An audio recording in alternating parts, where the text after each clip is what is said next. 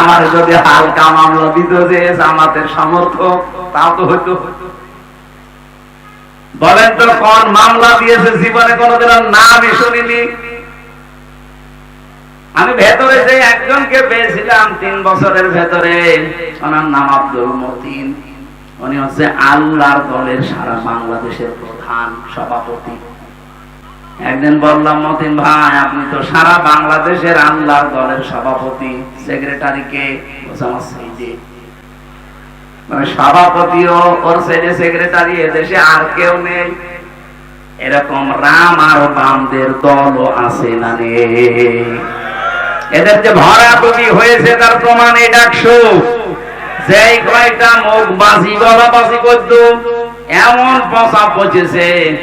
বাইরের দেশেও কিছু আছে এদের দোসরেরা, এই যে হারপিক মজুমদার নাকি জানো না, নিজম মজুমদার, ওর নাম আমি ভালো জানি না।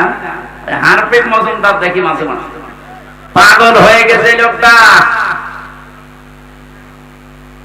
নির্বাচনের আগের দিন কত লাইভ করে করে মানুষকে বিভ্রান্ত করছিল যে আপনারা কে গরু ছাগলকে ভোট দেবেন, তাও শিবিরকে দেবেন না। অথচ শিবিরে যে ভোট পেয়েছে সব মিলেও তার সমান হয়নি। যারা দাপাদাপি করতো তারা মাত্র 5000।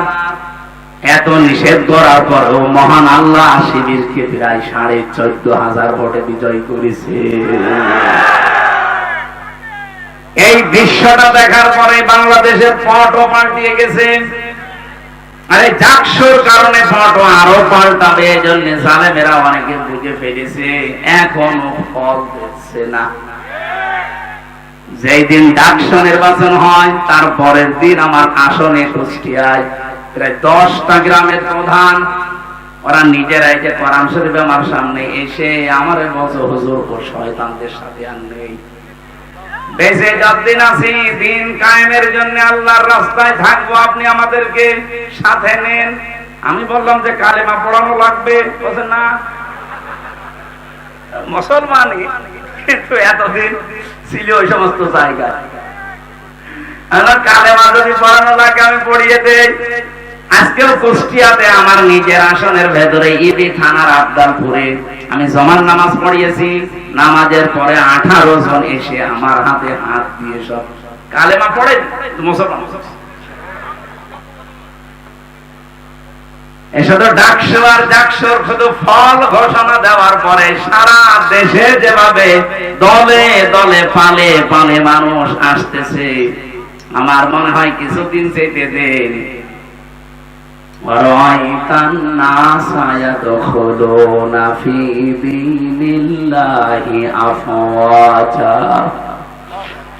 আপনি দেখবেন দলে দলে পালে পালে মানুষ ইসলামে প্রবেশ করছে। সেই দৃশ্য এখন বাংলাদেশে দেখা যাচ্ছে। আল্লামা দেলাওয়ার হুসাইন সাইদি শহীদ রহমাতুল্লাহ আলাইহি, তার সন্তান জনাব মাসুদ সাইদি ভাইয়ের হাতে আজকে 50 জন এসে যোগ দিয়েছে, মুসলমান হয়েছে।